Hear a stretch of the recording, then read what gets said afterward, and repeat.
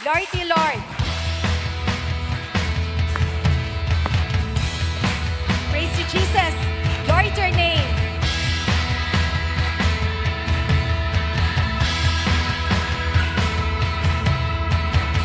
My Savior, Redeemer, lifted me from the miry clay. Almighty, forever, I will never be the same, 'cause you came near. From the everlasting to the world we live, the Father's only Son. 'Cause you lived, you died, you rose again on high. 'Cause you opened a way for the world to live again. Hallelujah, for all you've done.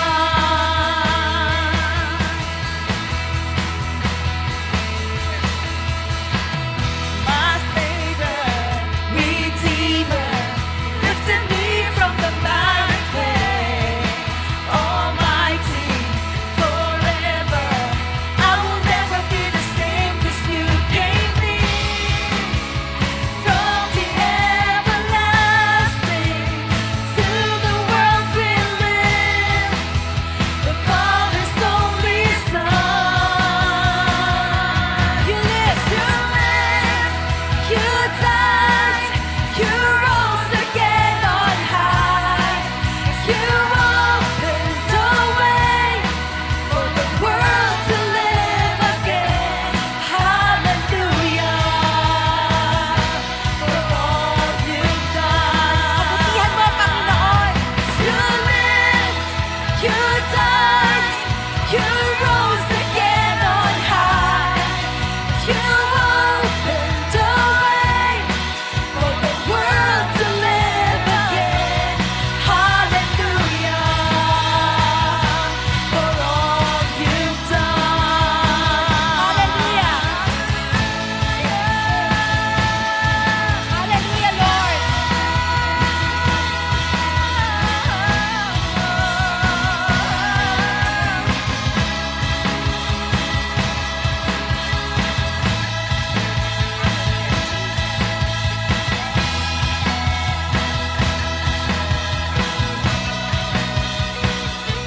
You came near. From the everlasting to the world we live, the Father's only Son. 'Cause you came near. From the everlasting to the world we live, the Father's only Son. 'Cause you lived, you died, you rose again on high. 'Cause you opened a way for the world to live again. Hallelujah, for all you've done. Let us celebrate the goodness of the Lord. You died, 'cause you rose again on high. You opened a way for the world to live again. Hallelujah, for all you've done. Hallelujah, nakakabahan ng Panginoon. For all you've done. Hallelujah, for all you've done. Praise the Lord. The best clap offering sa ating Panginoon Diyos. Hallelujah. Amen. Glory to your name, O God. Isang mapagpalang gabi po sa ating lahat. Minsan pa nga po, palakpakan po natin ang dakilang Diyos. At bago po ang lahat, happy 43 years anniversary, Lingkod ng Panginoon Charismatic Community. Sige po, wag po nating kalimutang i-like and share ang live streaming na ito sa ating mga kaibigan at mga kakilala. At share din po natin in public nang maraming makapakinig makapanood at mapagpala ng salita ng Diyos. Sige po, sabayan po natin ang Anointing Band. Hallelujah, hallelujah, hallelujah. Sama-sama tayong magdidiwang sa umagang ito. Hallelujah! Oh, thank you, Lord! Thank you, Jesus. Salamat sa katapatan mo, Panginoon. Pinagdiriwang namin ang kabutihan mo, aming Diyos. Tapat ka sa amin, aming Ama. Hallelujah! Lord God, kagalakan sa puso'y umaapaw. Hindi maisalarawan ng awit at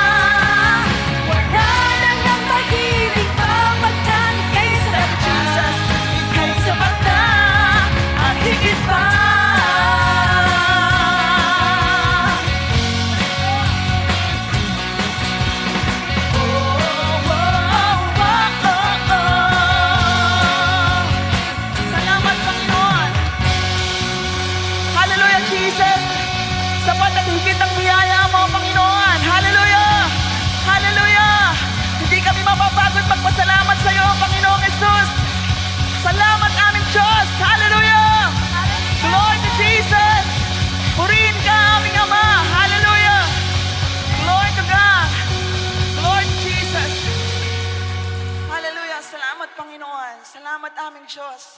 Salamat sa kagalakang ito, Panginoong Yesus, na hindi maaaring tumbasan na anumang bagay na meron kami ngayon at pwedeng ibigay ng mundong ito, Panginoon. Hallelujah. Hallelujah. Salamat sa katapatan mo, Panginoon.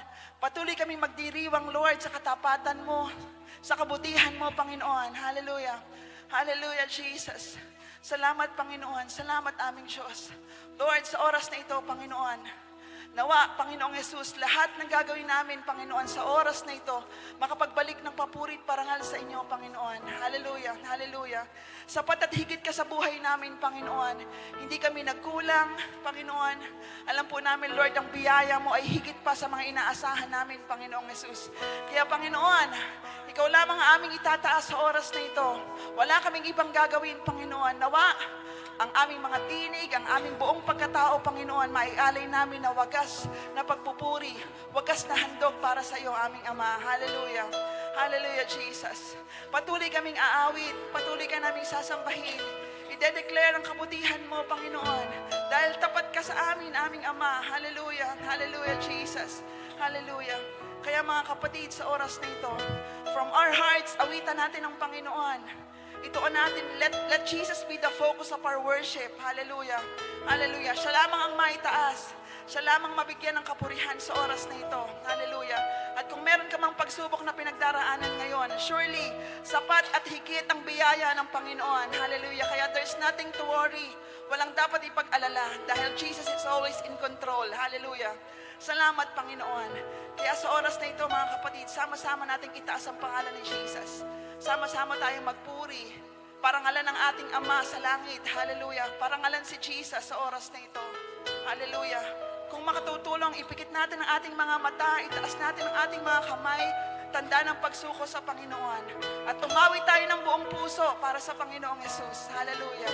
Hallelujah. Hallelujah. Ang pinakamataas na papuri ay sa iyo lamang, aming Diyos. Hallelujah. Glory to God. Glory to Jesus.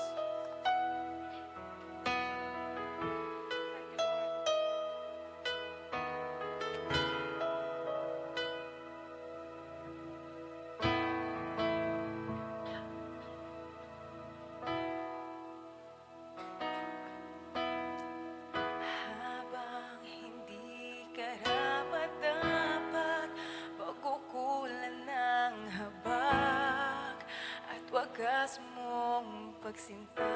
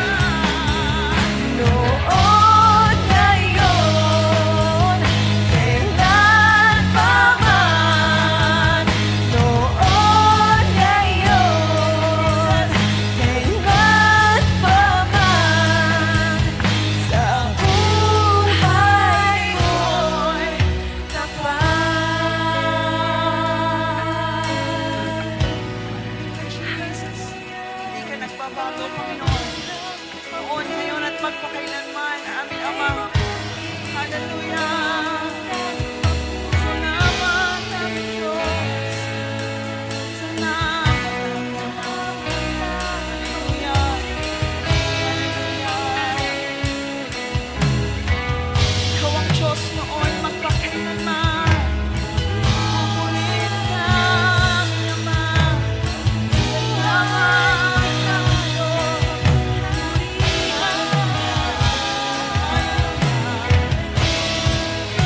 Jesus. Ikaw naman, ikaw naman. Ikaw naman,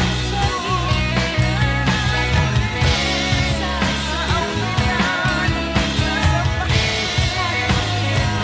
Hallelujah.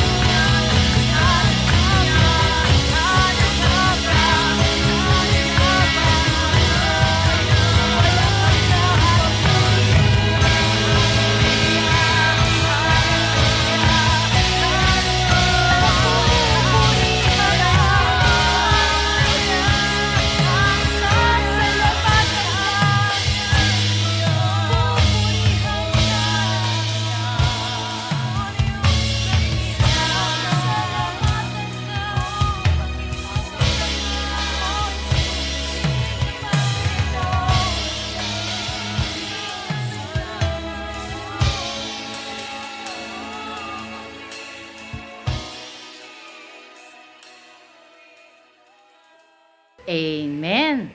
Alam ko po na bless po tayo ng mga awiting pagsamba at pagpupuri. At ngayon naman po, i-focus po natin ang ating puso at isipan sa pakikinig ng salita ng Diyos. At sa series na Encountering Jesus and His Forgiveness. Sa topic na The Crucifixion, Jesus Forgives His Executioner.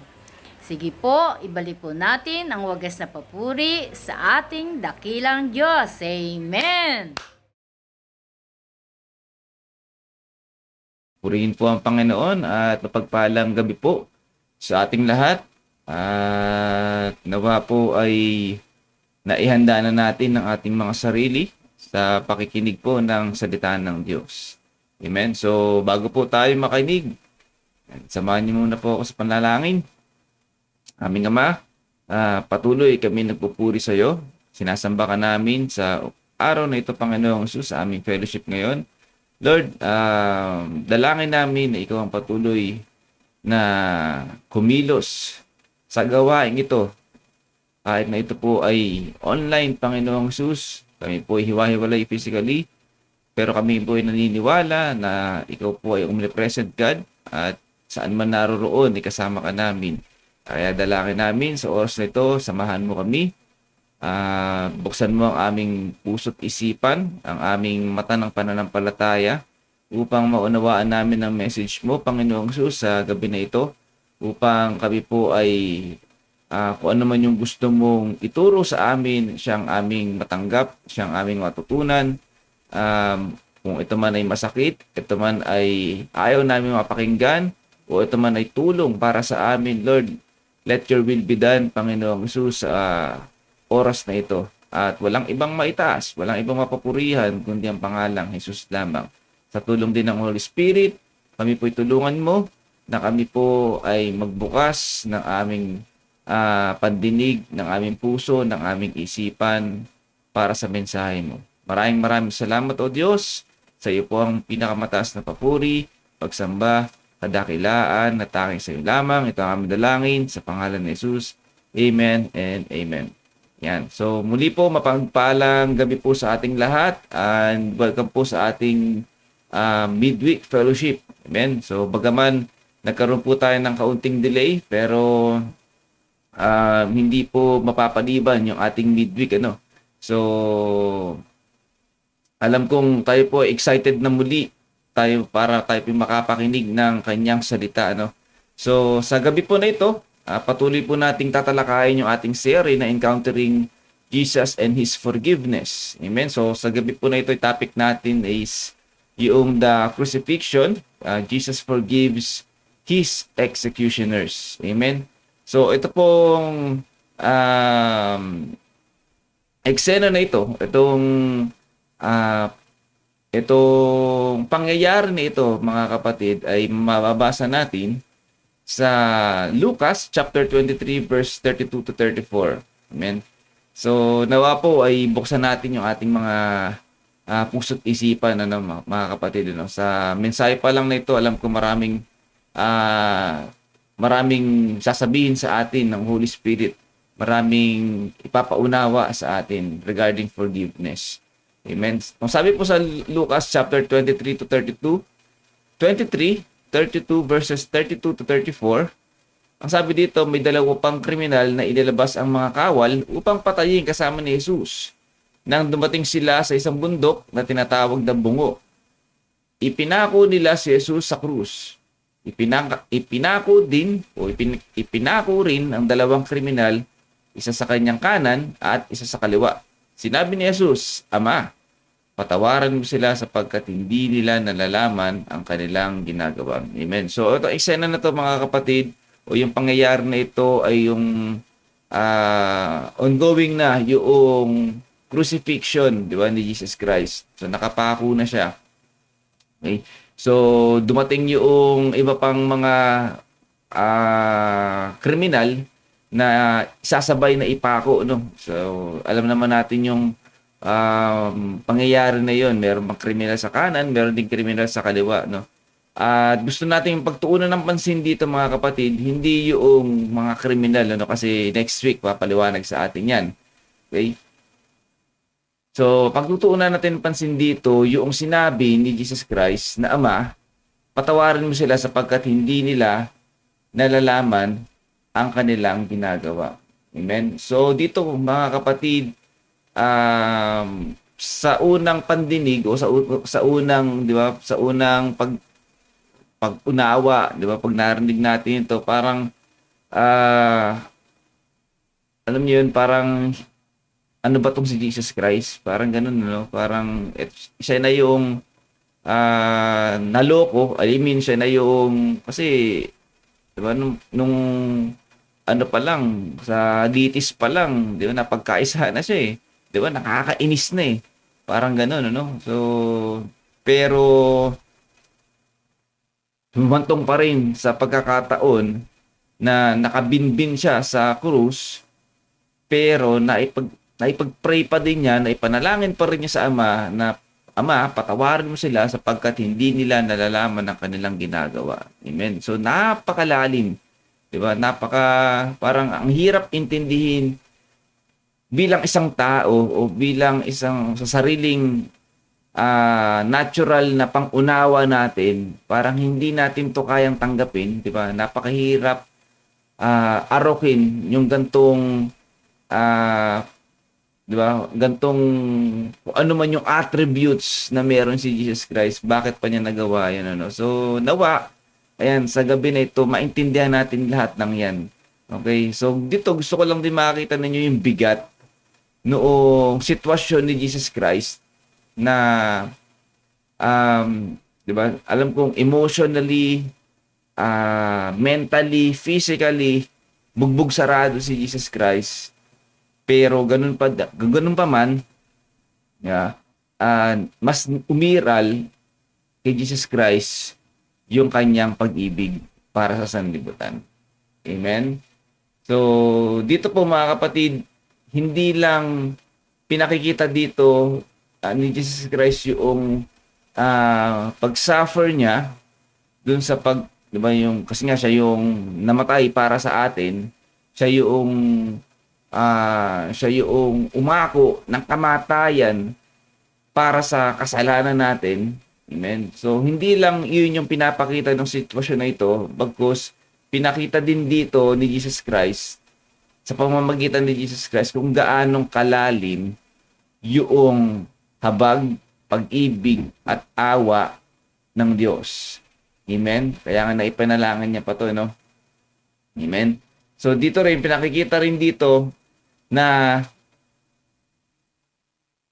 hindi, sabi ko nga kanina, di ba, hindi, na walang kahit anong galit, walang kahit anong paghihiganti, di ba? So, bilang tao nga, di ba, ang natural response natin kapag ganitong sitwasyon natin, gusto natin gumanti, gusto natin makaisa, gusto natin ng justice. Pero, dito, ipinakita rin ni Jesus Christ yung pagpapatawad. Amen? At hindi yung pag-condemn. Hindi yung galit, hindi yung revenge, hindi yung paghihiganti. Amen? So, yan yung pinakikita dito sa Bible verse na to. Amen? So, dito din, pinakikita rin sa atin, mga kapatid, okay, na sa panalangin na to ni Jesus Christ, amen, ay pinakita rin dito yung Jesus Christ as our mediator. Okay? So, siya talaga yung kumbaga diba? Sabi nga, siya yung tagapamagitan natin sa Diyos. Amen. Siya yung naging daan para tayo po ay magkaroon ng reconciliation sa Diyos. Amen. So, tingnan natin. Okay. Ito yung isang aral na pinakikita noong topic natin ngayon. Jesus as the mediator. Okay. Pag sinabing mediator, a mediator is a go-between, one who brings peace between two separated parties. Amen? So, sa sitwasyon natin at sa sitwasyon ni Jesus Christ noon, amen, siya yung naging mediator. Sino yung dalawang parties? Okay? Ito yung sanlibutan, tayo, at ang Diyos Ama. Okay? So, since sabi nga sa Isaiah 59:2, humanity's sin created separation from God. So, dahil sa kasalanan ng sanlibutan, nagkaroon tayo ng separation sa Diyos. Okay? So, for the longest time, sa tagal ng panahon, okay, maging sa hanggang panahon natin ngayon, iyan po ang nagse-separate ng Diyos at ng tao. Okay? Hindi po ang Diyos ang lumayo bagkus nagkaroon tayo ng barrier because of sin. Okay? Dahil nga ang Diyos ayaw niya ng kasalanan. Hindi niya gusto ang kasalanan. So, dahil ayaw niya ng kasalanan at ang kasalanan ay nananahan sa tao, okay, so ang nangyayari, nadadamay ang tao na, di ba, na tayo po ay hindi maging kalugod-lugod sa paningin ng Diyos. Okay? So, ito yung papel ni Jesus Christ dito.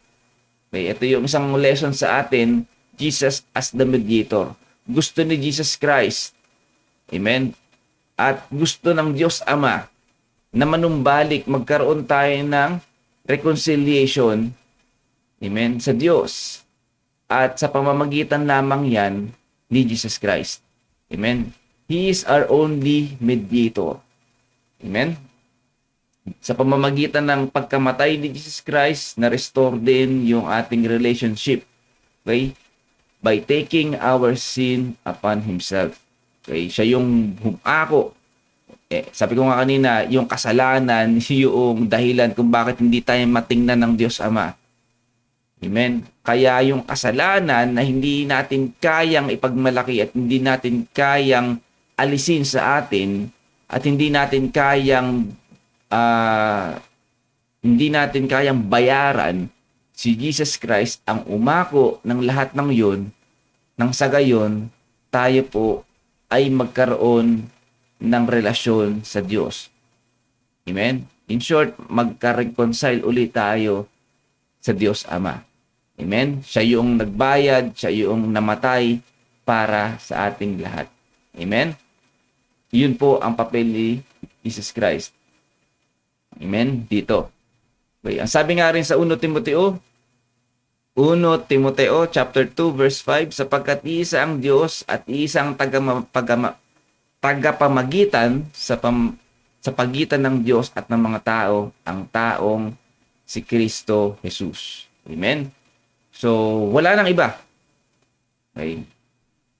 Only Jesus Christ ang itinakda o inilaan ng Diyos Ama para mamagitan sa Diyos at sa tao.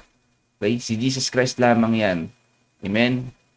This may sound hurtful or offensive, pero hindi po si San Pedro, hindi si San Juan, hindi si San Agustin, amen, hindi si San Bartolome o sino pang mga santo ang kilala natin para sa tagamamagitan, ni hindi, di ba, si Virgin Mary o si Mama Mary.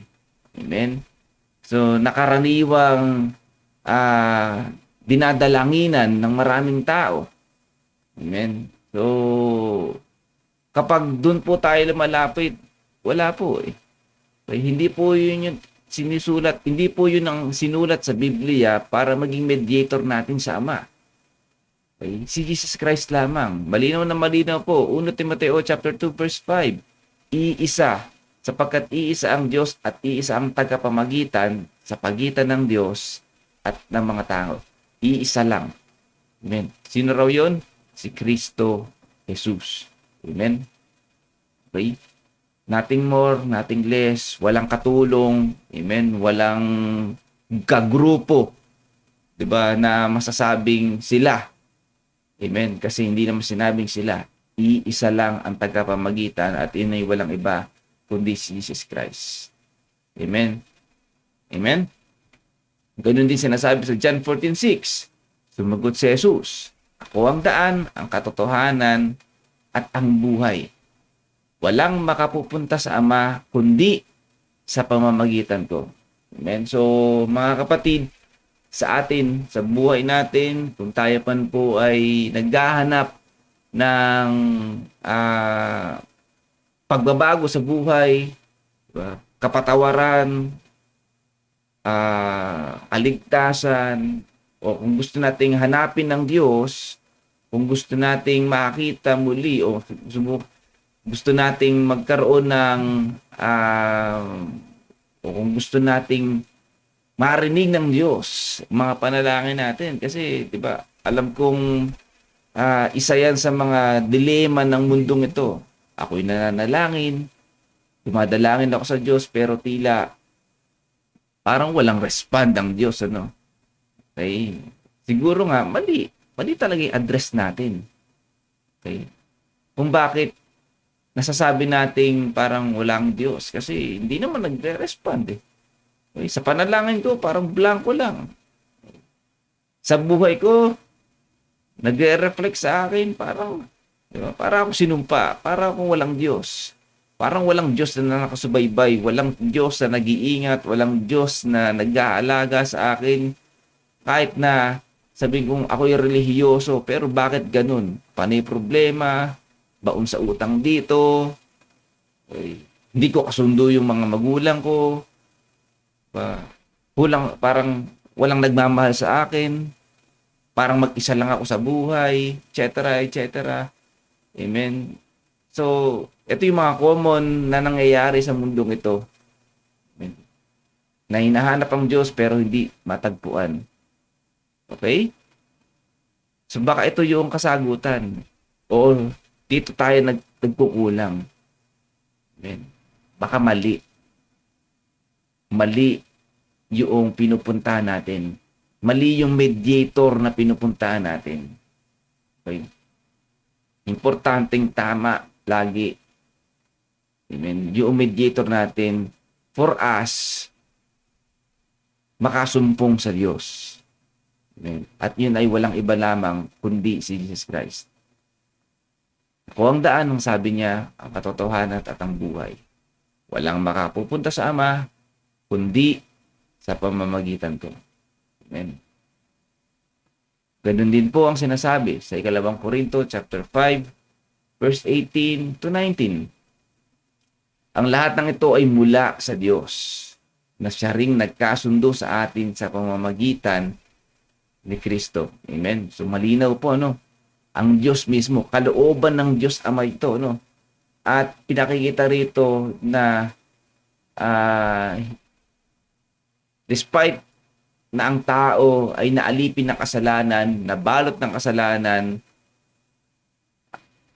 lumapastangan sa Diyos, nagkasala sa Diyos, pero pinakita rin dito mga kapatid, yung kagandahang loob ng Diyos, yung lawak, yung lalim ng pag-ibig niya sa atin. To the point na instead na tayo, yung, di ba, dapat tayo tayo nagkasala, tayo dapat humingi ng tawad, tayo dapat gumawa ng move, di ba, for reconciliation. Amen? Pero, dahil nga, ang natural ng tao, ang kalikasan ng tao, hindi naman talaga, di ba, wala namang, kumbaga, kung ipe-present natin yan, napakababa ng percentage na humanap tayo sa Diyos. Kasi nga, kung tayo po ay nandito sa sanlibutan, tayo po ay alipin na kasalanan, majority or sabihin na natin 80% of our life controlled by sin. Okay? Kasi nga nasa flesh tayo ang kaaway, ang demonyo, di ba? Lagi yan. Kung ano yung kagustuhan ng laman, yan ang gusto. Diyan tayo na sinasatisfy. Diyan tayo, yan yung, diyan nakabase, nakasandal yung satisfaction natin. So kung tao, nandiyan nakabase ang satisfaction, hindi hahanap at hindi hahanap yan sa Diyos. Amen? Okay? So maliban kung dumaan na siya sa matinding pagsubok, kaya lang sadly, di ba? Kung hindi mo nasumpungan ng kanyang salita, di ba? Hindi mo nasumpungan si Jesus Christ at mali ang mediator, mali ang dinadalanginan, talagang hanggang dun lang ang tao, hindi makasusumpong sa Diyos. Amen? Pero, salamat nga sa Diyos, despite na ang tao hindi humahanap sa Kanya, ang Diyos Ama pa rin ang gumawa ng paraan para tayo po ay magkasundo sa pamamagitan niyan ni Kristo. At ibinigay niya sa amin ang paglilingkod ng pagkakasundo. Amen. Sapagkat sa pamamagitan ni Kristo, ang Diyos ay pinapagkasundo ang sanlibutan sa kanyang sarili. Amen. Diba? Jesus Christ lang. Hindi na ibinibilang sa kanila ang kanilang mga kasalanan. At ipinagkatiwala niya sa amin ang mensahe ng pagkakasundo. Amen. So, malinaw po sa atin mga kapatid, unang lesson o unang dapat nating matutunan dito sa ating topic ngayon. Okay, so Jesus Christ ang tanging mediator. Walang inilaan, walang ibang isinugo ang Diyos Ama para mamagitan sa atin. Only Jesus Christ. Even sa mga santo na kilala natin, wala yan. Kung makakapagsalita lang mga santo na to, sila Pedro nga, sila Mateo, diba? Sila nga at iba pang mga alagad, iba pang mga, diba, apostol, diba? Sila nagtuturo sa atin. They are pointing us to Jesus Christ. They're not pointing us to themselves. Amen? Hindi naman tinuturo na ako. Hindi man sinasabi. Kung mabasahin natin Biblia, diba? Ang ituturo lagi nila, patungo kay Jesus Christ. Kasi Jesus Christ is the only way. Jesus Christ is the only mediator, and Jesus Christ is the only way for our salvation. Amen? So, tayong lahat, magandang matutunan natin ngayon. Sa lahat po, especially sa mga bago lang nakakapakinig, sa mga inaabot ng live stream na ito o ng itong video na ito. Amen. Nawa, 'di ba, mabuksan natin yung ating puso't isipan regarding sa turo na ito. Amen. Okay. So pangalawa, mga kapatid, Jesus forgives his executioners. Amen. So ito yung isang example natin of forgiving enemies. Amen. So dito marami tayong matututunan, mga kapatid, no? Sabi nga sa Luke 23-34, ito yung kanina. Father, forgive them, for they do not know what they are doing. Amen. So, nung binasa ko, diba, nakapagtanong ako sa sarili ko, ano ba yung ano? Diba? Ano ba yung tumatakbo sa isipan ni Jesus Christ dito? No? Kasi nga, sabi ko nga kanina, diba, hindi normal na tao, no? Wala sa normal na sa isip ng isang tao, diba, na ikaw na yung pinaparusahan, sinaktan. Imagine yung physical injury, no? Yung physical torture dito ni Jesus Christ. Hindi lang to simpleng latigo. Napakasakit. Amen? So talagang sagad hanggang buto yung torture dito. Amen? Yung physical, emotional, mental, lahat na. Pero, andyan pa rin si Jesus Christ na nananalangin sa Ama na sabi, Father, forgive them, for they do not know what they are doing. Amen? Okay? So, ano ba yung mga sabihin natin characteristics o yung mga attributes na meron si Jesus Christ kung bakit, 'di ba? Kung bakit ito pa rin yung naipanalangin niya. Amen. Nawa, ito rin yung ituro sa atin ngayon, 'di ba? Sa gabi na ito, at ito din yung mai-apply natin in terms of, 'di ba, kung paano ba tayo magpapatawad, kung paano ba tayo makikitungo sa kapwa natin. Paano ba tayo makikitungo, especially kapag meron tayong umarkabyado sa atin? Ano ba dapat yung mindset natin? Ano ba dapat yung kinikilos natin? Ano ba dapat yung gawin natin? Kung sakali, di ba, katulad ni Jesus Christ, sa ganitong sitwasyon na, di ba, meron siyang executioners, di ba? Merong nananakit sa kanya, merong pumapatay sa kanya, merong nagmumura sa kanya, merong nagmamak sa kanya, pero despite all that, okay, nakukuha pa rin niyang patawarin ang lahat ng ito. Amen? So, una-una, mga kapatid, gusto ko matutunan natin dito yung divine love o yung agape love, mga kapatid. Ano? Sabi ito, Romans 5:8, ngunit pinakita ng Diyos ang kanyang pag-ibig sa atin nang mamatay si Kristo para sa atin noong tayo'y makasalanan pa. Amen? So, alam naman natin pag sinabing divine love o yung agape kind of love, this is way, way, way different from the natural love na meron tayo like philia or eros kind of love, dahil yung mga natural na pag-ibig na meron tayo, they are all conditional. Okay? Na kapag hindi na na-meet yung requirement na dapat kitang mahalin, hindi na kita mamahalin. Amen? So, karaniwang natural niyan o karaniwang nangyayari kapag sa natural na love na meron tayo, pag mahal mo ako, mahal kita. Binigyan mo ako, bibigyan din kita. Minamahal kita kasi may balik sa akin. Amen? That's natural love na meron tayo. Kapag nawala na yan, kapag kumbaga parang hindi na na-meet yung requirement na dapat kong maramdaman para mahalin kita, hindi na kita mamahalin. Amen.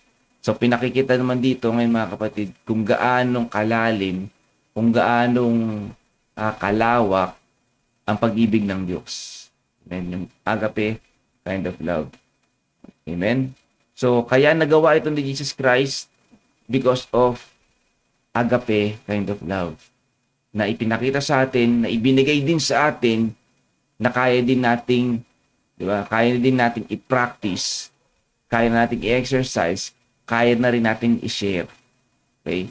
So, kung meron man tayo mga pagkakataon na katulad ni Jesus Christ, hindi man tayo ine-execute through, di ba, crucifixion, pero sabi nga natin, sa bawat araw, hindi pwedeng mawala na merong makaka-offend, merong makakasakit sa atin, merong mga tao na magkakasala sa atin.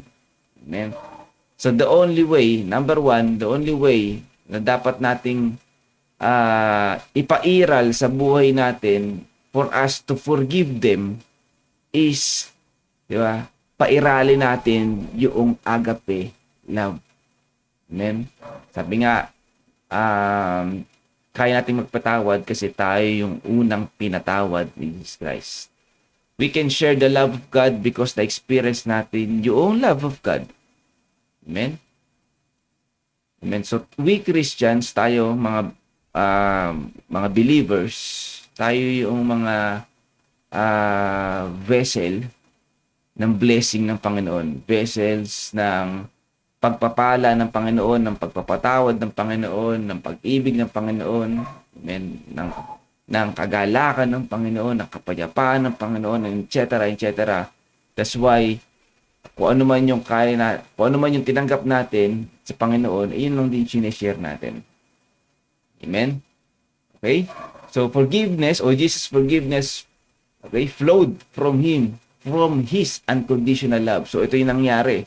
Ito yung ginawa niya. At the same time, sa atin din, mga kapatid, ito yung tinuturo sa atin, pairali natin yung agape kind of love.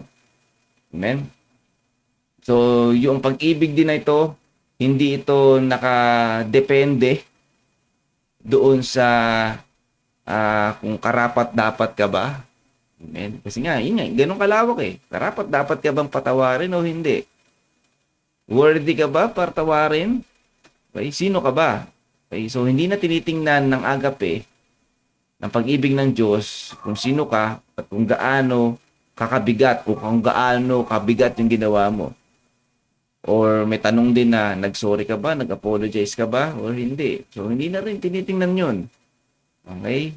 Kasi once na hinahanap pa rin natin yung apology before tayo magpatawad, diba? Natural kind of love pa rin yung pinapairal natin dyan. Okay? Hindi ko humingi ng sorry, hindi kita patatawarin. Pagka, conditional. May meet. Kailangan pa rin i-meet. Pero, dito sa pinapakita sa atin dito sa pag-ibig ng Diyos, hindi naman humingi ng tawad yung mga nag-execute sa Kanya. Diba? Hindi naman humingi naman ng tawad, hindi humingi ng tawad yung mga nagmak sa Kanya ng mga sundalo, mga centurion, di ba? Wala, hindi. Pero, nagawa pa rin ni Jesus Christ na patawarin sila. Amen? Okay? So, pag sinabing pag-ibig ng Diyos, amen. So ano yan, sabi nga rito, true forgiveness is rooted in divine love, a love that seeks redemption, not revenge. Okay, so yun yung isa sa naging outcome, di ba? Noong pag-ibig ng Diyos, walang revenge na nangyari. So talagang ginawa niya ito para din mapanumbalik itong mga taong ito sa Panginoong Hesus. Amen? Sa pangalawa, mercy and compassion. Okay. So, importante din na matutunan natin to at pinaiiral din natin to.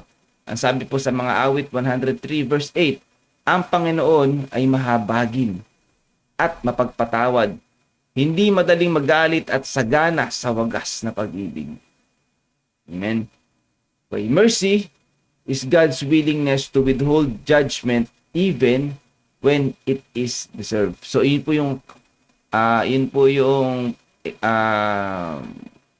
explanation o meaning ng mercy, no? So ito yung pagbibigay ng ano tawag doon?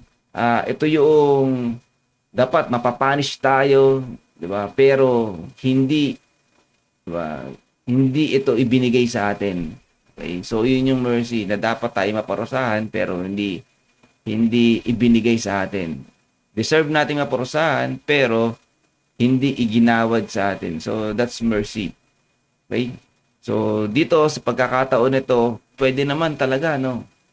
Pwede naman talaga na hindi na pairali ni Jesus Christ yung kanyang mercy rito. Sabi nga, habang nilalatigo siya o isa sa mga habang pinaparusahan siya, pwede na nang ipadala ni Jesus Christ yung mga anghel na pupuksa sa sanlibutan pero hindi niya ginawa. Amen? So, pwede na tayo maparusahan. Pwede na maparusahan ng sangkatauhan. Okay? Pero hindi niya ginawa kasi that's mercy. Amen? Okay? So, ganun din naman, pag sinabi rin compassion, okay, nakita niya yung actions, okay, na pag sinabi din compassion, ay ito yung naunawaan mo eh. Diba? Naunawaan mo kung saan saan nila nahuhugot, diba? O nasaan yung hugot nila, diba? Sa salita natin, ba't di ba nagagawa to? Okay? So, sa case ni Jesus Christ at doon sa mga executioners, mga kapatid, okay, naunawaan niya rito yung blindness, yung spiritual blindness ng mga taong nagparusa sa kanya, at nagpahirap sa kanya, pumapatay sa kanya. Sabi nga rito, for they do not know what they are doing. Diba? Patawarin mo sila, hindi nila alam ginagawa nila. Amen? Amen? So, ito nga yung isa sa inisip ko, ano ba yung parang nasa isip ni Jesus Christ? Bakit niya ito na ipanalangin pa? No? So, ito nga yun, isa sa mga meron si Jesus Christ dito yung malalim na compassion. Okay, na itinuturo din sa atin ngayon na nawa, magkaroon din tayo ng compassion whenever na magkaroon tayo ng encounter o ma-meet natin yung mga ganitong situation. Ano? Dito nga naintindihan ni Jesus Christ na unawaan niya na itong mga taong ito spiritually blind. Okay? Spiritually blind sila, hindi nila alam yung ginagawa nila. So, nandyan yung nautusan lang sila o dahil hype lang, 'di ba? Dahil kung ano pa man, sila din nila alam. So, wala silang kaalam-alam na ito pala ay, 'di ba? Si Jesus Christ is the Messiah. Okay? So, ganun din sa atin. Amen. So, before we do anything else, or bago pa tayo magsalita ng masakit, bago pa tayo gumawa ng hindi maganda, so ito yung tinuturo sa atin ngayon, mercy and compassion, na maunawaan muna natin, bakit niya ba sinabi sa akin yun? Bakit niya ba ginawa yun? Okay? Ano ba yung hugot niya? Saan ba siya nagmumula? Saan ba siya nanggagaling? Okay? So mercy allows us to see people not as enemies, but as soul in need of grace. Okay? So yun yung nakita rin ni Jesus Christ. Hindi niya tiningnan yung mga tao, yung mga nag-execute sa kanya as enemies. Pero tiningnan na yon na nangangailangan ng habag, ng grasya, ng pag-ibig ng Diyos. Okay, the same thing sa atin. Lagi natin titingnan, lalo na kung ang mga makaka-conflict sa atin ay mga non-believers. Diba? So, tingnan din natin yung compassion ni Jesus Christ. Don't look at them as enemies. Huwag natin tingnan sila as enemies. Tingnan natin sila na talagang kailangan nila ang grace, because they are also a victim. O sabi natin talagang katulad natin, naging victim lang din tayo ng kasalanan. Okay? Sa mundo natin, laging kasalanan. Without Jesus Christ, sa mundo natin, ang nagpapaikot yan, kasalanan. Kaya napakagulo ng mundo eh. Magmula sa gobyerno, magmula diyan sa mga hanggang sa papaliit sa lipunan, okay, sa mga pamilya, lagi may gulo, etc. Kung ano pa man yung mga nangyayari na kaguluhan dito, walang ibang may kasalanan diyan, walang ibang dahilan diyan kundi ang kasalanan at ang kaaway, si devil. Yung kaaway, diablo. Okay? So kung naunawaan natin at nakikita natin na naalipin sila ng kasalanan, diba? Instead na magalit tayo katulad ni Jesus Christ, tingnan natin, unawain natin yung kalalagayan nila spiritually. Amen. Tingnan din natin sarili natin, ganun din naman tayo dati, no? So tinitingnan ko sa ngayon, habang tinuturo ko to, nakikita ko yung bigat, di ba? Napakabigat nga naman, parang ang hirap. Ako lang kapag, di ba, pag nasa daan, nasa kalsada, ito lagi kong example kasi nga ito rin yung testing din sa akin. Pero salamat sa Lord, wala naman ako nakakaaway. Kaya lang every time na nakaka-encounter naman ako sa kalsada ng mga yung mga term na kamote, di ba? So hindi maiwasang hindi ka makapag-isip ng kung ano-ano no. Parang salamat sa Lord, pinipigilan na lang din. Pinipigilan ako na itong mga nasa isip ko, di ba? Pag masabi ko, no. So salamat sa Lord. Every time na naman na nag-iisip ako noon, parang merong, di ba? Parang lagi may dumadagok sa akin Parang pinapalala, ano yung iniisip mo? Tigilan mo yan. So, salamat sa Lord, no? At patuloy tayong ginagabayan sa mga ganun. So, doon pala nakikita ko yung bigat. Napakahirap. Diba? Parang hirap unawain, lalo na kapag nandun na mismo sa sitwasyon. So, this is something na kailangan talaga nating exercise. Something na kailangan natin tong i-practice. Okay? Amen. So, alam ko katulong natin ng Panginoong Hesus pagdating dito. Kaya, 'di ba, katulad sa akin, miyat-miya araw, 'di ba, pag naghahatid ako kay Tuntun, 'di ba, nagda-drive ako, miyat-miya kasi yun siguro yung tinuturo sa akin ng Diyos. 'Di ba, yung sinuturo sa akin, kailangan mapagtagumpayan mo 'yan, kailangan makita mo kailangan ipairan mo yung mercy, ipairan mo yung compassion mo, pangunawa mo, yung malawak na pangunawa. Yun din meron si Jesus Christ, di ba? Something na nakita niya beyond doon sa kasalanan na meron yung tao. Amen? So, minsan yun ang hindi natin nakikita Yung beyond. Diba? Ang nakikita lang natin, yung nakikita lang na mata natin, yung kasalanan na ginawa, yung ginagawa niyang mali. Pero hindi natin nakikita yung hugot, nakikita natin yung beyond doon sa pagkatao ng tao na yun. Amen? So ngayon, tonight, diba, tinuturo sa atin to. Amen? So ano pa? Pangatlo, humility. Filipos chapter 2 verse 8, nagpakumbaba siya at naging masunurin hanggang kamatayan, maging ito man ay kamatayan sa krus. Amen? So napaka-importante po ng humility sa ating lahat. So madalas natin itong napapakinggan at madalas itinuturo sa atin. Okay? So kung ito po ay meron pa ring kirot sa atin at meron pa ring parang sa pakikinig natin ay parang ito na naman, ulit-ulit na naman, lagi na naman ako pinapaalalahanan, ay siguro nga may problema pa tayo sa humility. Okay? Okay? So patuloy tayong itinuturuan ng Panginoon, be grateful. Okay? Dahil yan ay gabay sa atin ng Panginoong Hesus. Humility enables enables forgiveness because it removes pride. So, napaka-importante niyan. So,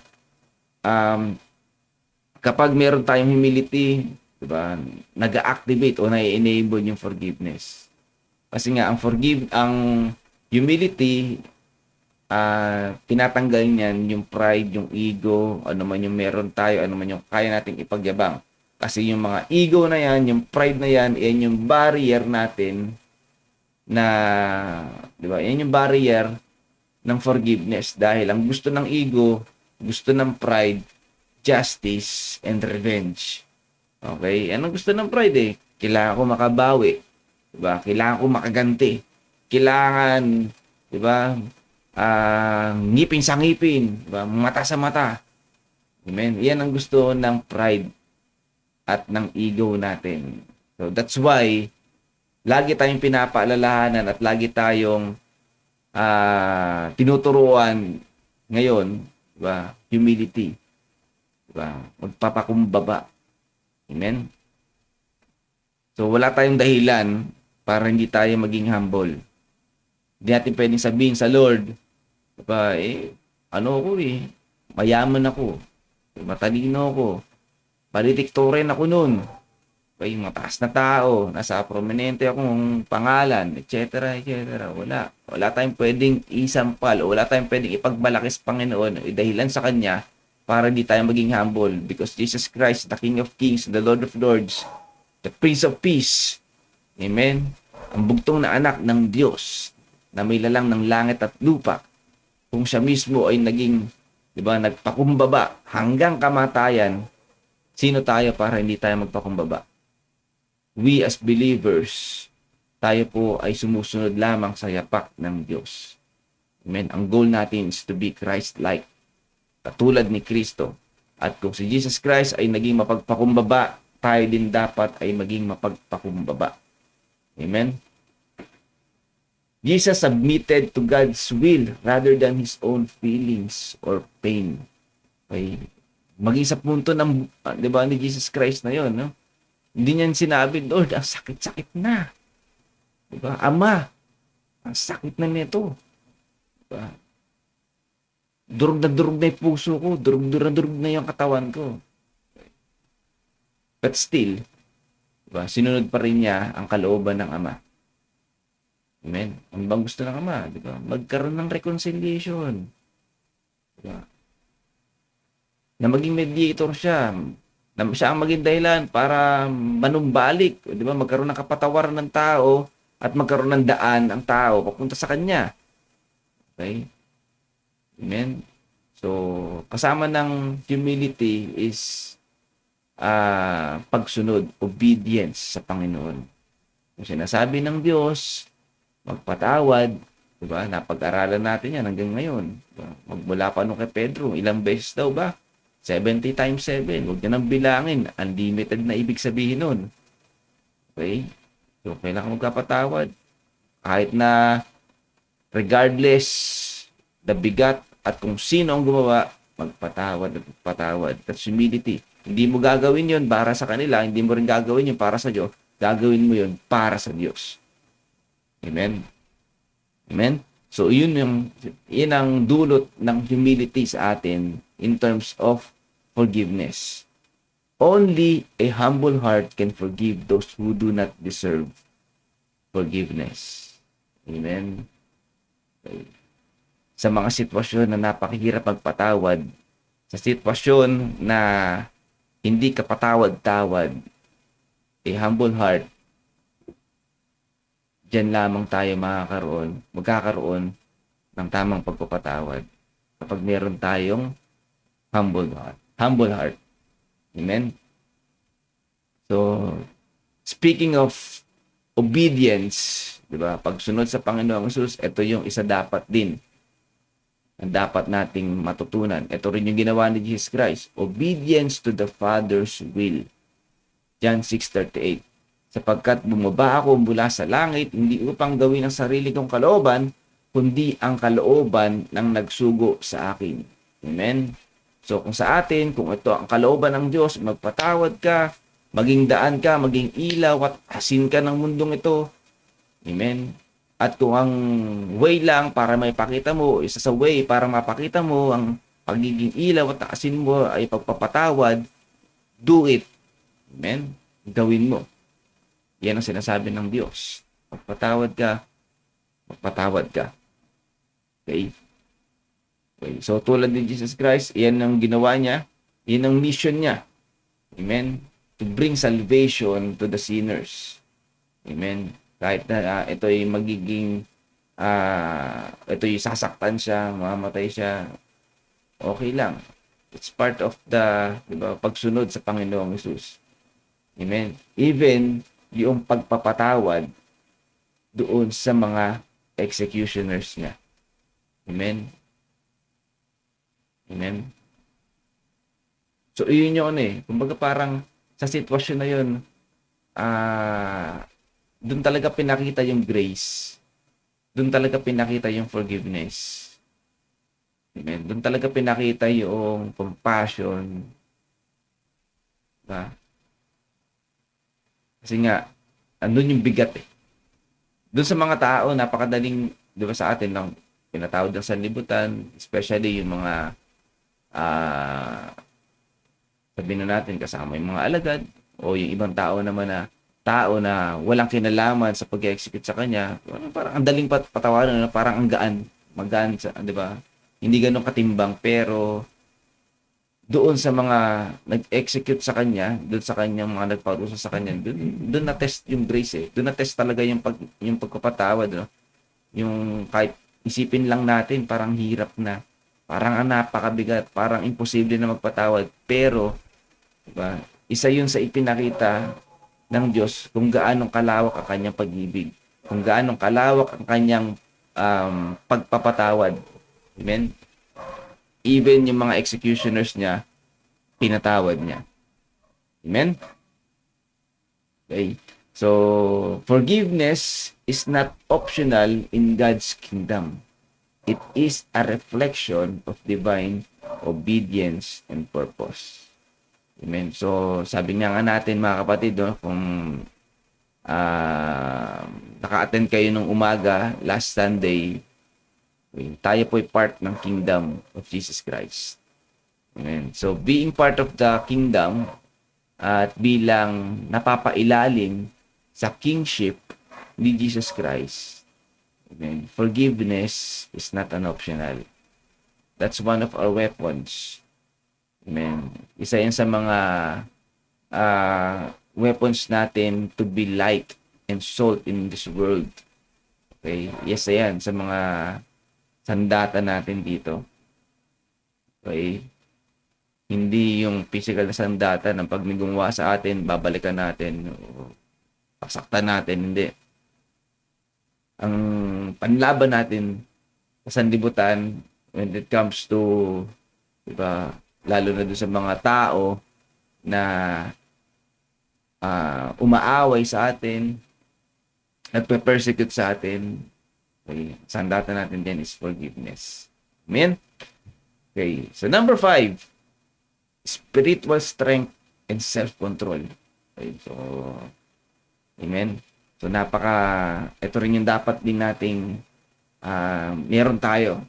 1 Peter chapter 2, verse 23, nang siya'y insultuhin, hindi siya gumanti ng insulto. Amen? Self-control, spiritual strength. Kahit na gusto na ng katawan, gusto na ng ego, di ba? Suntukin ko na to, di ba? Parang palo ko sa yung krus eh, parang gano'n, ano? Pero hindi. Hindi gano'n si Jesus Christ. Nang siya insultuhin, hindi siya gumanti ng insulto. Nang siya'y pahirapan, hindi siya nagbanta. Amen? Kundi ipinagkatiwala niya ang lahat sa Diyos na matuwid na hukom. Amen? So, nagpasako pa din. At the same time, hindi siya gumanti, hindi siya nagbanta. Amen? Jesus endured physical pain and emotional humiliation, yet He responded with peace, not anger. Okay, so sa atin, ito rin tinuturo sa atin, no? So, self-control and spiritual strength. Okay, na dapat, wala na sa vocabulary natin yung pagganti. Wala na sa vocabulary natin yung pagbabanta. Okay, lalo tayo, mga believers tayo. Okay, so wala na dapat yan. Kung tayo man ay pinapersecute, may umuusig man sa atin, may naninira man sa atin, okay lang. Okay. Diba? Okay lang. Eh, biblical naman yan eh. Kapag tayo daw ay kinukutya, di ba, mapalad tayo. Dahil tayo rin mga anak ng Diyos. Okay. Biblical naman yan. Tayo ay, ang bawat Kristiyano, ang mananampalataya ay kapopuotan ng sanlibutan. That's normal. So, huwag kang mainsulto. Diba? Huwag kang gumanti kung, di ba, kung tayo ay iniinsulto man, tinutokso, kinukutya, it's okay. Biblical yan eh. Okay? Amen. So, hindi dapat tayo gumanti, especially kung kilala tayo as believers, as Christians. Dapat wala. Amen. Kasi isa yan sa mga gusto nila mangyari. Isa yung gusto nila makita. Ito, Christian to, titingnan ko to. So, tama, makikipag-away yan. Makikipag-away yan sa, hindi man physical, makikipag-away yan sa social media, makikipag-away yan sa, diba, sa live stream nila, o makikipag-away yan dun sa, diba, sa mga post niyan. Okay. So, isa yan sa mga, isa yan sa mga tinitingnan ng sanlibutan eh. At once na nanalo sila dyan at nakita nila, nako, patay. Nakatisuran pa tayo. Okay. So, sa number 5, tinuturuan tayo spiritual strength and self-control. Amen. Sa trabaho, sa pag-aaral, amen, sa kalsada. Amen. So, salamat sa Lord. Diba? Nandyan tayo eh. Okay. Self-control, spiritual strength. Okay. So, ayan. Yan yung mga tinuturo sa atin ngayon. So, nawa, dapat, ito yung mga pinaiiral din natin. Sabi dito, his strength came from his intimate connection with the Father through prayer. So, ano lang ginawa ni Jesus Christ? So, halimbawa lang din yan, no? So, meron man ganun, okay, panalangin na natin. Lord, tulungan mo ako. Amen. Alisin yung galit, alisin yung inis, tulungan mo akong patawarin siya, tulungan mo akong i-handle yung gantong sitwasyon. Amen. Kakampi natin ng Diyos dito. Eh, sabi nga, if God is for us, who can be against us? Okay. Amen. And that verse, mga kapatid, ay hindi, huwag niyo titingnan, huwag niyo titingnan na bilang pagganti. Okay, huwag niyo titingnan niya na bilang, yari kayo sa Diyos ko, yari kayo sa Ama. Wala, hindi ganun, Amen. So, yung ganun pagkakataon, yung who can be against us, okay, tulong yun sa atin ng Diyos. Okay? Hindi yun pagganti. Amen? So, who can be against us, siya nakakaalam. Amen? Kung paano natin may papanalo yung sitwasyon. Pero one thing is for sure, hindi sa pamamagitan ng dahas yan. Hindi sa pamamagitan ng kapahamakan o kaya ng violence. Walang ganun, So, ang Diyos ang bahala. Pero at the end of the day, nakakasiguro ko, may papanalo natin yung sitwasyon na yun. Diba? Redemption. Okay? Reconciliation na mangyayari dyan, mga kapatid. Amen? Okay? So, isang effect din dyan, maalisin ng Lord yung ano man yung galit, ano man yung inis na meron ka. Amen? Importante lang, isuko natin sa Panginoon yan. Okay? Forgiveness requires inner strength, the power to choose grace over resentment. Amen? So, yung forgiveness, tama nga naman, inner strength yan. Diba? Na hindi tayo magpadaig doon sa pita ng laman. Ano ba yun? Pagkakagalit. Diba? Pagganti. Yan ang gusto ng laman, So, kaya nga importante sa atin, mga kapatid, lagi tayong may connection kay Jesus Christ. Lagi tayong, mamaya, tatalakay naman natin yun, Lagi tayong, nakikipag-fellowship sa Diyos. Okay? So, para mabigyan tayo ng tamang mindset, diba? The power to choose grace over resentment. So, na lagi natin pipiliin yung grace, pipiliin natin yung habag, pipiliin natin yung pag-ibig, diba? Kaysa yung pagganti, kaysa yung diba, harapin natin. Tapos, ano man yun. Okay? So, yan tinuturo sa atin ngayon. Pang-anim, grace and readiness to reconcile. Okay? Sapagkat sa biyaya, kayo'y naligtas sa pamamagitan ng pananampalataya. Sabi sa Ephesians chapter 2, verse 8. Okay? So, sabi nga naman, grace means giving favor that is undeserved. Okay? Yan yung binigay sa atin. We do not deserve salvation. We do not deserve forgiveness. Pero dahil sa grace ng Panginoong Hesus, sa grace ng Diyos, ibinigay sa atin to. Okay? At kung ito ibinigay sa atin ng grace, ito rin yung dapat nating i-share. Amen? Jesus didn't wait for an apology. He initiated forgiveness. So sa buhay natin, diba, pag sinabing grace din, hindi na natin kailangan din ng hindi na rin natin kailangan dapat na, hindi pa naman siya nagsosorry. Hindi pa naman siya Amen? So siguro, hindi pa man din natin kaya tayo magpa-first move, pero sa sitwasyon, kung meron na nangyaring ganyan, sa isipan natin, sa puso natin, pinatawad na natin siya. Okay? Para pag dumating yung sitwasyon, di ba, yung time na nagkaroon kayo ng pag-uusap, alam mo na, pinatawad mo na siya. Okay? So that's grace. So, sa buhay natin kapag meron ganito, dapat meron na tayo, nakapagpatawad na tayo. Kasi grace, di ba, something na ibinibigay natin sa mga taong undeserving. Okay? Since ito yung binigay sa atin ni Jesus Christ, ito rin yung i-share natin. Amen? Okay? Sabi dito, grace allows moves first. It takes the first step toward reconciliation. Ayan. So, napaka-importante ng grace natin, ng grace. Okay?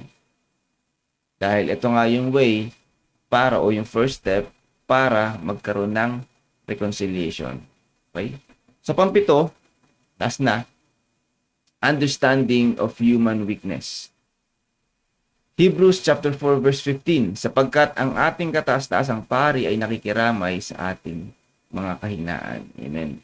So, si Jesus Christ, sabi rito, ang kataas-taasang pari, diba? Jesus Christ, yan ang ating Diyos, nakikiramay sa ating mga kahinaan. Alam niya ang weakness natin. Alam niya yung mga kahinaan natin. So, yun din yung pinakita ni Jesus Christ dito. Jesus recognized that his executioners acted in ignorance, not full understanding. They do not know what they are doing. So, hindi raw nila talaga alam. He knew human hearts were blind and enslaved by sin. Amen? So, yun yung nangyari. So, sa atin din, gaya ng explanation ko kanina, ganyan naman, dapat pagtingin natin sa tao, ang tao is enslaved by sin, na ito yung nagkukos ng blindness. That's why, lagi sila nagpo-fall into sin, nagpo-fall sa mga pagkakasala. That's why they often, diba, na offend others, including us, diba, kung minsan, yun yung nangyayari sa atin, na offend tayo, nasasaktan tayo. So, isa sa dapat din natin tinitingnan dito is, yun nga, since they are enslaved by sin, diba, blinded sila. Spiritually blinded sila. Diba, yung puso nila, yung isipan nila, diba, spirito nila is blinded. Okay?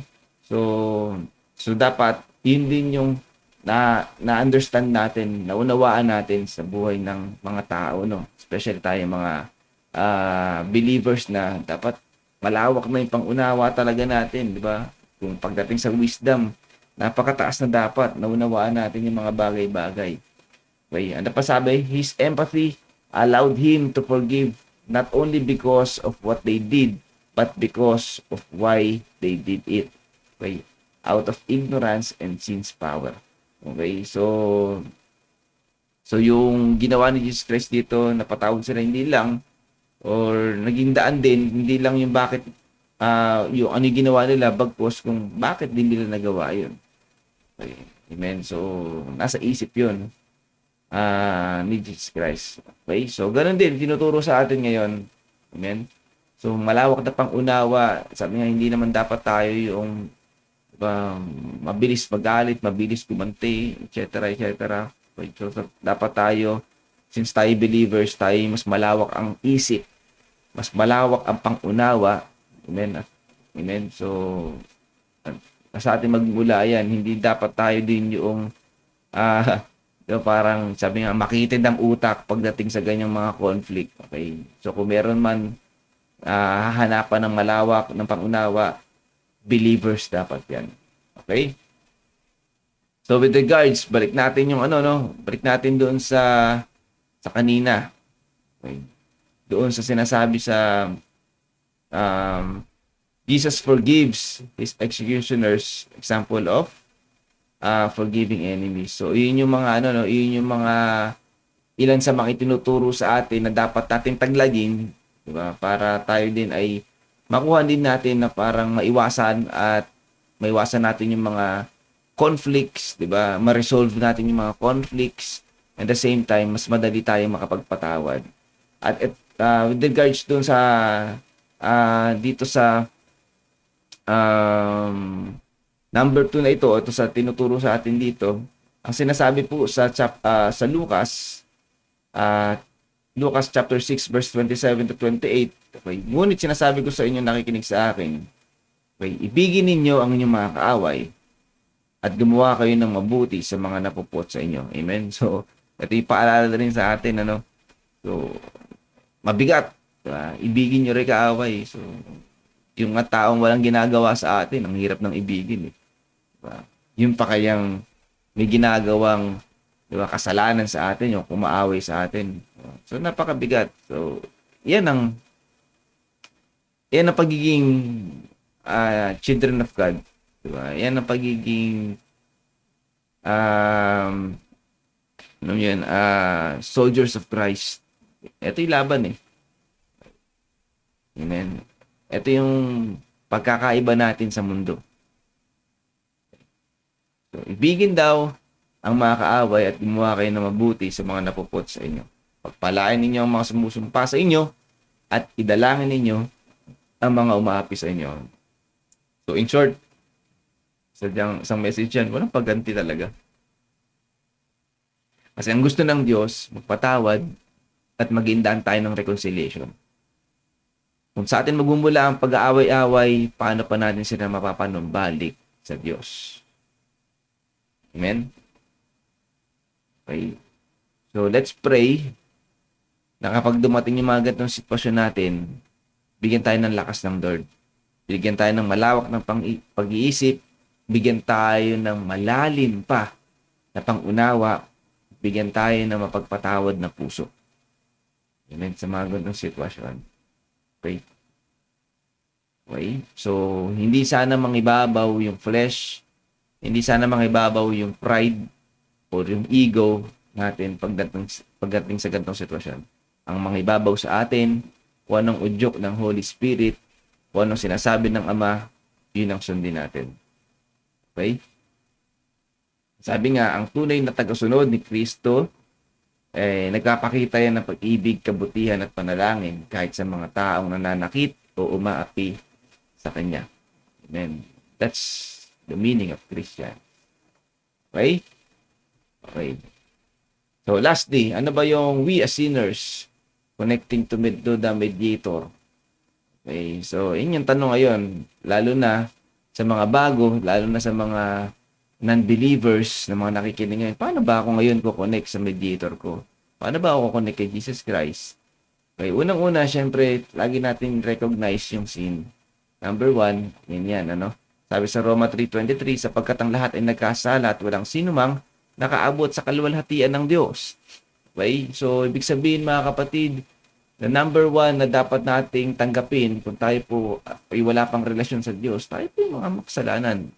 Actually, even kung tayo mga believers na rin, diba, lahat tayo nagkasala at walang sinumang karapat dapat sa kaluwalhatian ng Diyos. Okay? Ibig sabihin lang yan, mga kapatid, tinatanggal natin yung self-righteousness natin. Kasi kapag sa isang tao, nangingibabaw pati yung self-righteousness, yan papasok yung dahilan, hindi ko kailangan ng Diyos. Mabait naman ako. Lalagpas ako sa langit. Hindi man ako gumagawa hindi ko inaargabyado yung tao. Nagbibigay ako ng donasyon sa simbahan. Diba? O lahat na ng kaya nating i-enumerate na merits para sa buhay natin. Okay. Amen. So, yun yung pwede natin ipagmayabang.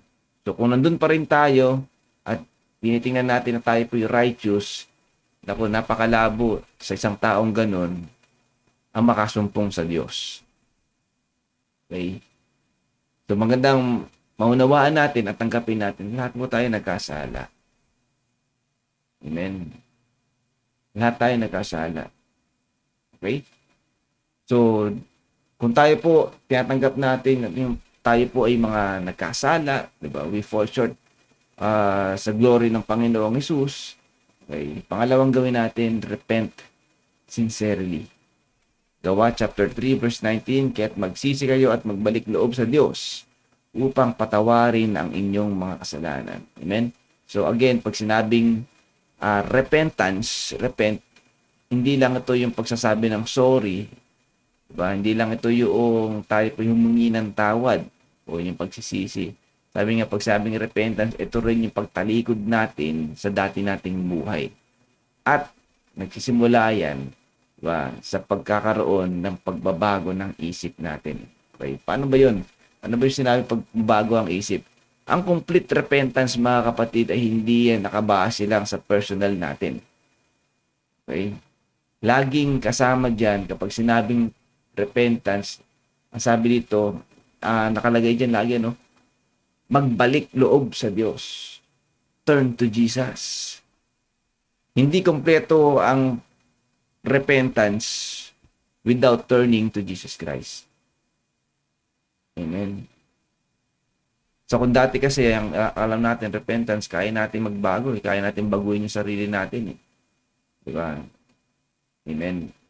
So, yun naman talaga ang meaning. Pero, in the biblical way, spiritual, diba, kailangan, included si Jesus Christ dito.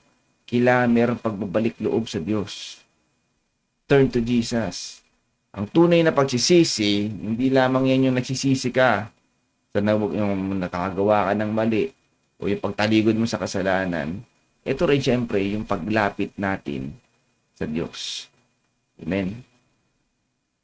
Amen. Siya yung tulong talaga para tayo po ay makawala talaga sa kasalanan. So yung change of mind natin dito na gusto nating makawala sa kasalanan, hindi ko na uulitin to, mafulfill lang yan when we turn to Jesus Christ. Okay? Kasi by our own flesh, by our own strength, hindi talaga natin kakayanin yan. Amen. Kahit anong gawin mo, kaya nga meron pa tayong mga New Year's resolution, hindi na ako iinom, hindi na ako magmumura, hindi na ako maglalasing, hindi na ako magyuyosing, hindi na ako magsusugal, hindi na ako makakasakit, hindi na ako, ayoko nang manakit ng tao, pero hindi pa rin nagagawa ng tao yearly. Amen. Kasi nga, sa sariling, di ba? Sa sariling pamamaraan lang. Amen. Amen. So, kung tayo po may true repentance, amen, kung gusto natin talaga mabago ang ating buhay at makalayo sa kasalanan, talikdan ng kasalanan, di ba? Kailangan nating magbalik loob sa Diyos. Amen. Kailangan nating hanapin ng Diyos. Paglapit sa Diyos. Okay? Diyan papasok ngayon yung number 3. Believe in Jesus Christ. Kailangan maniwala na siya ang tanging daan. Kailangan maniwala na siya lang yung pag-asa mo, siya yung salvation mo, siya yung pagbabago ng buhay mo, okay? Siya yung kapatawaran mo. Amen. Siya yung pagpapawalang sala mo. Amen. Sabi nga sa John 3:16, sapagkat kayo na lamang ang pag-ibig ng Diyos sa sanlibutan, kaya't ibinigay niya ang kanyang kaisa-isang anak upang sino mang sumasampalataya o sumampalataya sa kanya ay hindi mapahamak kundi magkaroon ng buhay na walang hanggan. Believe in Jesus Christ. Amen. Kung gusto natin tunay na magkaroon ng pagbabago ng buhay natin, tanggapin mo si Jesus Christ. Manampalataya ka sa kanya. Gaya ng napakinggan natin kanina, Jesus Christ, the only mediator. Siya yung dapat nating lapitan. Siya yung dapat nating sampalatayanan. Amen? Nothing more, nothing less. Amen? So, ano rin sinasabi sa Roma 10:9? Kung ipapahayag natin o ipahayag ng inyong mga labi na si Jesus ay Panginoon at sasampalataya kayo, sasampalataya ka sa iyong puso na siya'y muling binuhay ng Diyos, maliligtas ka. Amen. So kung nananampalataya ka na siya ang Panginoon at siya'y muling binuhay ng Diyos, alam mo, napaka-significant ng pananampalataya na siya'y binuhay ng muli, ano? Ibig sabihin, naniniwala ka na siya talaga ang Mesiyas. Siya ang Kristo. Siya ang tagapagligtas. Amen. Siya ang Panginoon. So, napaka-importante niyan. Ibig sabihin, hindi ka, kasi ito yung, ito yung, kinokontra ng iba eh. Jesus Christ, tao lang daw. Diba? So, ito yung, makakapag-debunk doon sa paniniwala na yun, na siya tao lamang. Siya'y binuhay na muli. Okay?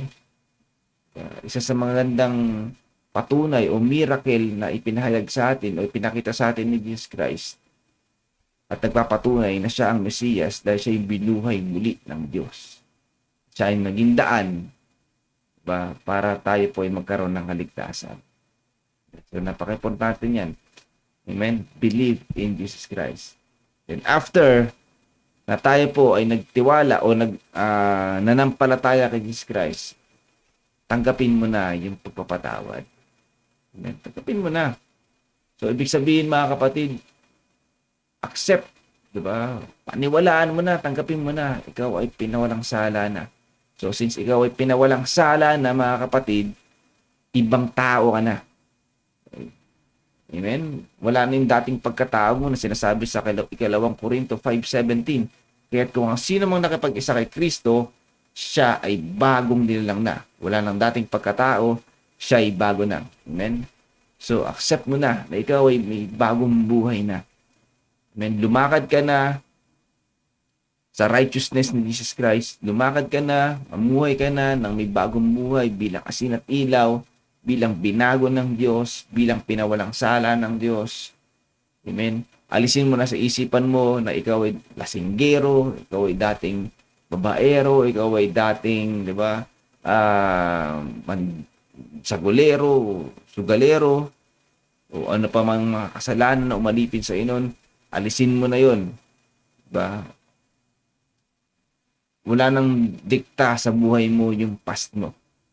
Okay? Ang mahalaga mga kapatid, kung ikaw ay nanampalataya, tanggapin mo na, may bagong buhay ka na.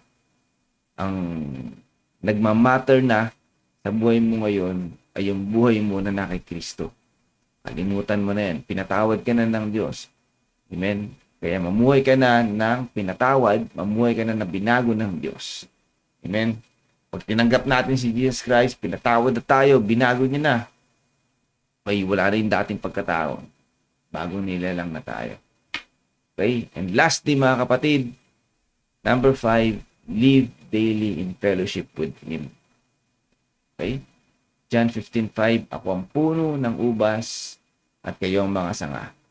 Ang nananatili sa akin at ako sa kanya ay siyang namumunga ng sagana, sapagkat kung hiwalay kayo sa akin, ay wala kayong magagawa. Amen.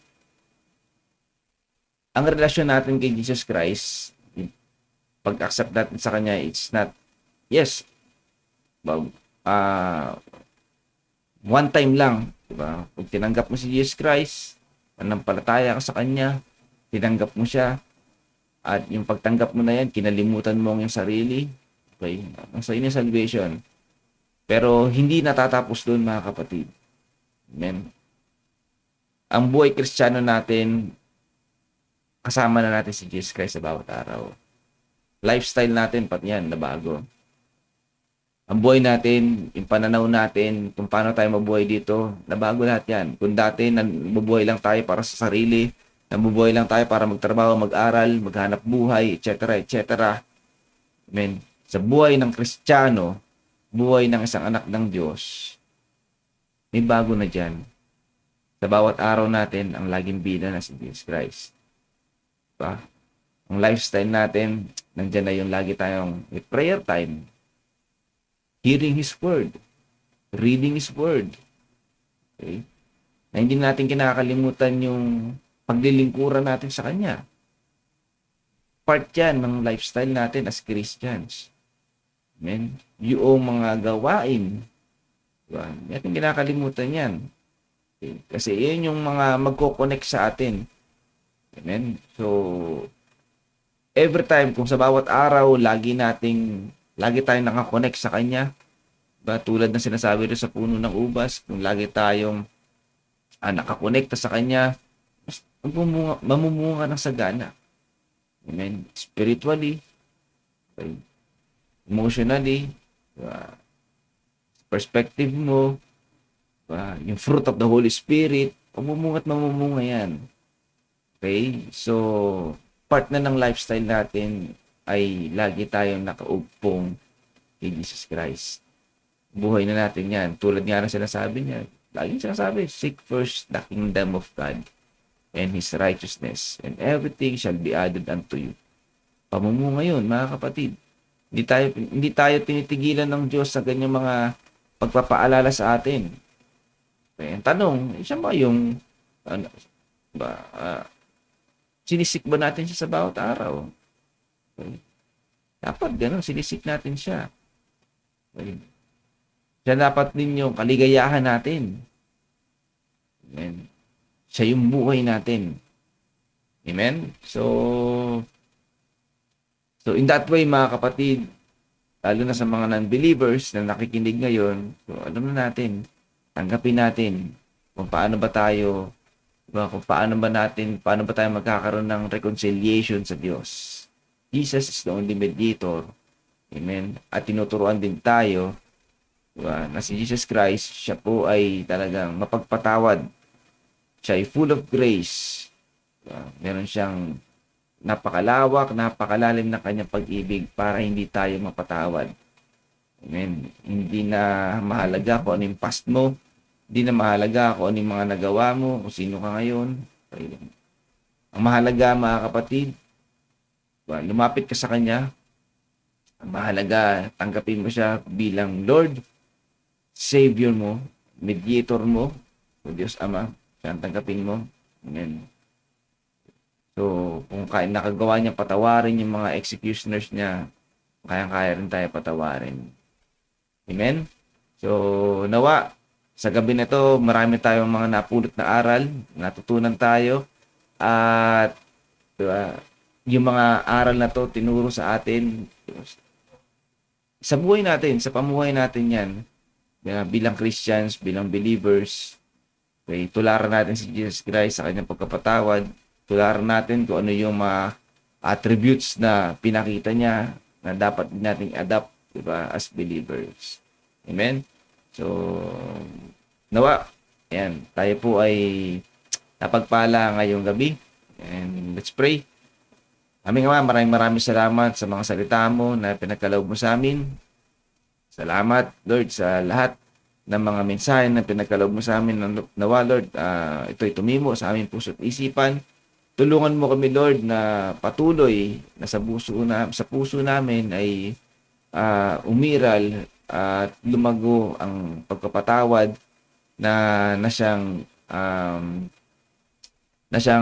inuutos mo din sa amin, Panginoong Hesus. Dahil alam namin at alam mo, Panginoong Hesus, na sa buhay namin dito sa lupa ay marami pa kaming mga ma-encounter na mga taong makaka-offend sa amin, makakasakit sa amin. Lord, tulungan mo kami sa bawat araw na kami magpatawad, umunawa, at maunawaan namin ang sitwasyon, Panginoong Hesus, ng mga taong nakakagawa ng mga kasalanan sa amin. Tulungan mo kami, Lord, sa bawat araw, bigyan mo kami ng tibay ng loob, bigyan mo kami ng lakas ng pananampalataya, lawak ng kaisipan, pangunawa, karunungan, Panginoong Hesus, na siyang magagamit namin upang kami ay makapag-isip ng maayos sa bawat araw, upang kami patuloy na maging tulad mo na mapagpatawad, puno ng habag, puno ng grasya, at patuloy na kami ay maging asin at ilaw ng mundong ito. Maraming salamat, O Diyos, sa gabi na ito, sa mga mensahe mo. Pagpalain mo po ang lahat ng mga nakikinig. Pagpalain mo po ang aming mga community, magmula sa lahat ng mga manggagawa hanggang sa mga members nito, 10 ng kanilang mga pamilya. Pagpalain mo po emotionally, physically, financially, spiritually, Panginoong Hesus, ang bawat isa. Pagalingin mo, Panginoong Hesus, ang lahat ng may mga karamdaman. Ikaw po ang aming dakilang manggagamot. Kaya, Panginoong Hesus, ang lahat ng ito ay idinadalangin namin ng may pasasalamat sa iyo sa pangalan ni Jesus. Amen and amen. Muli po, mapagpalang gabi po sa ating lahat at maging patuloy na maging pagpapala tayo sa bawat isa. God bless po.